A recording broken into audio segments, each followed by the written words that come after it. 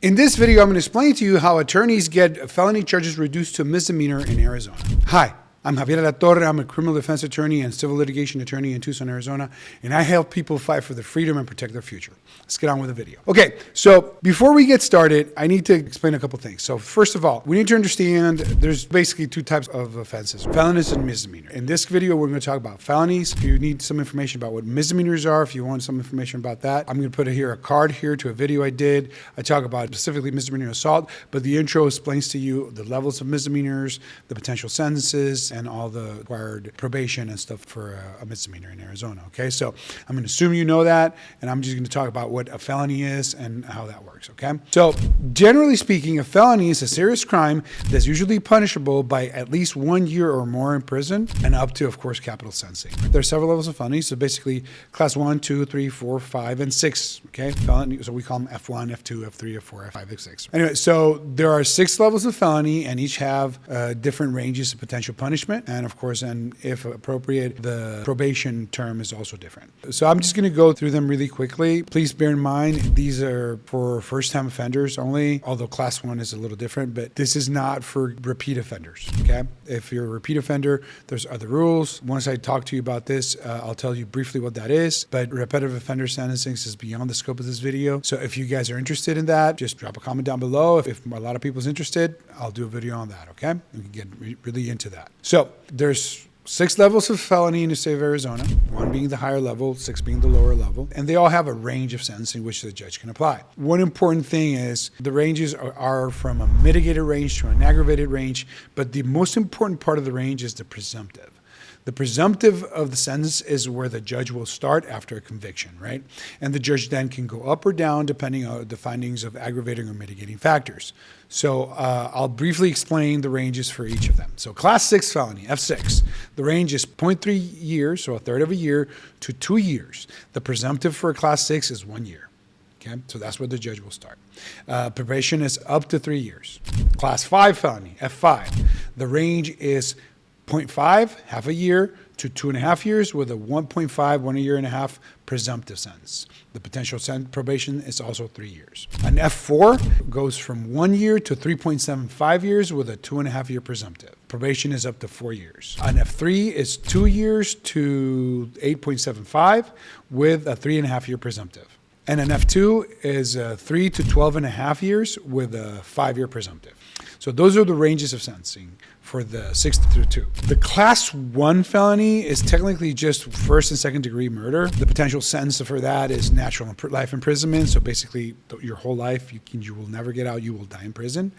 Life imprisonment, so there's a possibility of parole at some point. Of course, capital punishment, and there may be some exceptions where you can get maybe 25 to 35, but those are very specific situations. So basically, those are the generic terms of imprisonment, okay? So now, like I said, this is for first-time felony offenders. So generally speaking, class 2 through 6, first-time felony offender, you're basically going to, generally speaking, you would qualify for probation, but if probation is not applicable or not appropriate for any reason, or the judge doesn't want to give you probation because he thinks you went too far or whatever, the judge has that discretion. If the judge doesn't believe that probation is appropriate, then the applicable range applies. And then the judge will have to determine based on what's presented as sentencing, what range is applicable. If you have prior felony convictions, even if they're out of state or federal, not state, then you could potentially, you more than likely will be a repetitive felony offender. So if you have priors, you will more than likely will be a repetitive offender. In that case, those ranges don't apply. Depending on how many priors, how long ago they were, the range of sentence will be higher. So basically your aggravated range and your mitigated range will be higher, and so will your presumptive and the ranges in between. But it depends on the priors and the type of felonies there were, if they're just a prior or if they're a historical prior. But at the very least, a prior will likely deprive you of the ability to get probation, if nothing else. And repetitive offenders have category 1, 2, and 3. Like I said, repetitive offender sentencing has a bunch of rules. It's beyond the scope of this video. If you're interested, just let me know. I'll do a video and go very specific on that. So now that you know what a felony is and what kind of potential ranges are and so forth, let's start about factors that influence the reduction of a felony. What factors are we looking to see if we can get it reduced? Well, not the only way, but the most common way to get a reduction in your sentence is by negotiating with the prosecutor. So there's many things we can negotiate, but a common one is on a Class 6 felony. A Class 6 felony can be charged by the prosecutor both as a Class 6 felony or as a Class 1 misdemeanor. So if you were indicted for a Class 6 felony, your lawyer could always go to the prosecutor and say, hey, just give me a plea to the M1, to the Class 1 misdemeanor. We're done. Sometimes that happens. Sometimes it doesn't. But what they will do, for example, depends on, it's all in discretion of the prosecutor. But what they do sometimes, they give you a plea to what's called an undesignated offense, right? So it's a plea that still has your F6 there, your Class 6 felony stated, and you're pleading guilty to those facts, but it's pled as an undesignated. So it doesn't say if it's a felony or a misdemeanor. And then the prosecutor in the plea will add a bunch of things that the prosecutor wants you to do to quote unquote earn the misdemeanor. So classes, counseling, community service, fines, whatever they want. Usually some kind of rehabilitation program or something like that. And if you complete successfully probation, you can then request for the offense to be designated a misdemeanor. If you messed up at any time during that process, they can always designate it a felony right away. Usually you're looking at pleas like that. They'll usually want you to do anywhere between 12 months to 24 months probation. 18 months somehow it seems like the sweet spot, what they like. But, I've seen from a year to 24, 3 years even before you can ask for designation. So it just depends. It would be on your plea offer. But that's one of the ways you can get it reduced, right? You plead guilty to undesignated offense, and then you do what you got to do, and then you designate a misdemeanor, and you don't have a felony on your record, which is basically what you're trying to avoid, right? You don't want more felonies on your record. Right. Another way you can do it is, let's say you've been charged with a Class 5 felony or Class 4 felony, something like that. You don't have the option to just do an undesignated offense. Well, you might. So, for example, sometimes we can plead to inchoate crimes. Inchoate offenses are like unfinished offenses, I guess is the best way of doing it. But basically, we can plead to something like a solicitation, for example. So this is common for us in cases like in drug possession cases, right? So to possess a drug, you have to ask somebody for the drug, right?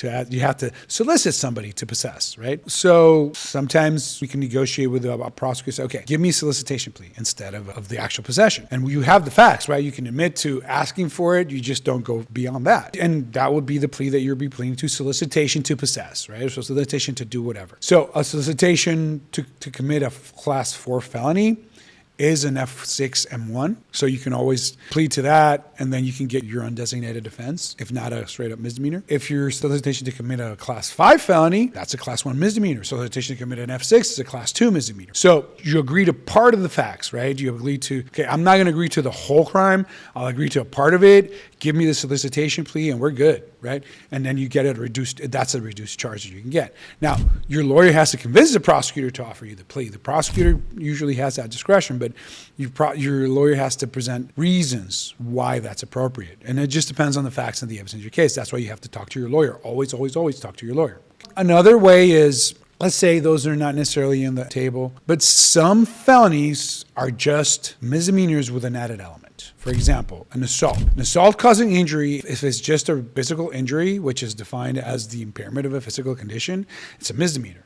But if it's a serious physical injury, now you're talking a felony. So a serious physical injury includes any injury that can reasonably risk death, or that causes a disfigurement, like maybe your face got all cut up or something. It's got to be serious and permanent though. A serious impairment of health, or a loss of protracted impairment of a function of any body organ or limb. So maybe broken arm, stuff like that. So it just depends on the facts. But if you get medical records documenting the alleged injuries, I mean, you can take a look, and maybe the injuries that originally looked a little bit horrible after imaging and stuff, they weren't so. So at that point, you can say, well, you're not going to prove that, Mr. Prosecutor. Why don't you just give me the misdemeanor assault? Just depends on the type of misdemeanor and the allegations, stuff like that. So it could happen. That necessarily will happen. But that's another thing that you can look at. And again, your lawyer's going to have to do some work, some investigation. Maybe you have to get an expert to review all these medical records. Another example, a more common example, would be like an aggravated DUI, a felony DUI. To have a felony DUI, you need a DUI with additional circumstances. For example, example, your driver's license was suspended when you committed a DUI, or this is your third DUI or something like that. So you can agree, for example, like one of the things that we usually do on a first time aggravated DUI is we're able to negotiate, okay, give me the misdemeanor DUI and we're good. And they say, well, no, because you need more, they'll say, right? So usually the plea here in Pima County, and so I'm seeing them in Maricopa as well, they'll offer you like an endangerment plea, which is a Class 6 felony. They can give you the endangerment as an F6 or as an undesignated, and they give you the misdemeanor on the DUI. That's important for one reason. An aggravated DUI, even if you qualify for probation, requires you to go to prison for at least 4 months before you can get probation. So if they've plead you down to the misdemeanor straight up, you're not going to prison. You might have to do some jail time, but no prison, clearly not 4 months. And then you get to earn the misdemeanor on the endangerment charge, right? So that's another option, for example. That's kind of common. Another situation I've seen, for example, I had a client was charged with a second-degree burglary. So a second-degree burglary is basically entering or remaining unlawfully in a residential structure, like a house, a home, right? This person's home, a residence, with the intent to commit any theft or any felony therein. Typical example, you broke into a house to steal stuff, right? Well, let's just say that it was really cold out. It was like, early January, it was really cold. You felt like you were going to die. You broke in just to shelter you from the cold. So that's just trespass. If you didn't have the intent to commit a felony in there or to steal or anything like that, that's not a burglary. So you can negotiate that. You can tell the prosecutor, hey, Mr. Prosecutor, what about this? What about that? Now, there's also lesser included offenses that you can, present to the prosecutor. So there's other offenses that have been found to be included into a higher offense. So you can always say, well, just plead me to the lesser offense and bring it down. So it just depends on the actual facts and charges in your case. But your lawyer has to get creative, and the prosecutor also needs to get creative because you need to find a way, right, to get a lesser charge that fits the facts. And there are a bunch of them out there. Right? The lawyers need to get creative and figure out a way that you get your misdemeanor or your undesignated offense, and the state still gets their accountability and responsibility and stuff that they're looking for, right? If the prosecutor doesn't want to play ball, you can force some of these issues, but it's more of a risk. So, and they're low percentage. One example of this would be you get the indictment, you can challenge the indictment, the charges in the indictment. You can say, well, these are legally insufficient, or these are an impossible charge for whatever reason, and therefore you got to dismiss them because they're facially unlawful. This is very uncommon, but it happens sometimes. For example, if there's something called, and I don't want to get too technical, but sometimes they inappropriately charge you with 2 crimes in one, and that could potentially have a problem with the jury not being able to provide a unanimous verdict and find you guilty. So that has to be split up. And if they get split up, maybe you get a lesser classification on the separated charges, right? So it just depends. It's not common, but I've seen it every now and then. And another more common way to do it is you challenge the grand jury proceedings. Okay, so to indict you, to present formal charges against you, usually the prosecutor will take your case and the evidence and a witness or whatever to the grand jury. Grand jury is a grand jury, a big jury, right? It's not like a petite jury like the juries you see in a trial. All the grand jury determines if there's probable cause to believe that you committed the crime and therefore enough to bound you for trial. They can't just take you to trial on a felony. They need an independent determination of probable cause. One of the ways they do this is through going to a grand jury. The prosecutor controls the whole proceeding. He or she will present whatever evidence he or she wants and not present whatever they don't want. And they'll usually just bring a cop to, just read stuff to the grand jury. Sometimes the presentation is unfair. You have a due process right to make sure that presentation of evidence to the grand jury is fair. So they do have an obligation at the grand jury to, if they have exculpatory evidence, they kind of have to present that. Sometimes they present it in a very limited manner. On other occasions, they err by omission, right? They don't present evidence that they should have. It's not an easy motion, but it's a good motion if you have the facts, because if you can convince a judge that the presentation of evidence as it was done by the prosecutor to the grand jury is not fair, the judge can then order the case to be represented to the grand jury. So everything starts over. If that happens, you can do what we call a treatise letter, and your lawyer does a bunch of work to create that treatise letter, come up with evidence, and we present it to the prosecutor. While the prosecutor doesn't necessarily have to show that evidence to the grand jury, the prosecutor does have to tell the grand jury that the evidence exists. If the grand jury is interested, they can request to review it, and you may be able to get the grand jury to reduce those charges or deny some of those charges. Let's say, for example, you have like a criminal damage case, right? Criminal damage, the level of the offense, whether it's a felony or a misdemeanor, is just based on the amount or the value of the damage caused. So if they overstated the damages, the amount of the damages to the grand jury, and you can show that, if you get a judge to send it back, you can present that evidence to the prosecutor in your treatise letter, and then they might have an obligation to present that to the grand jury to evaluate that.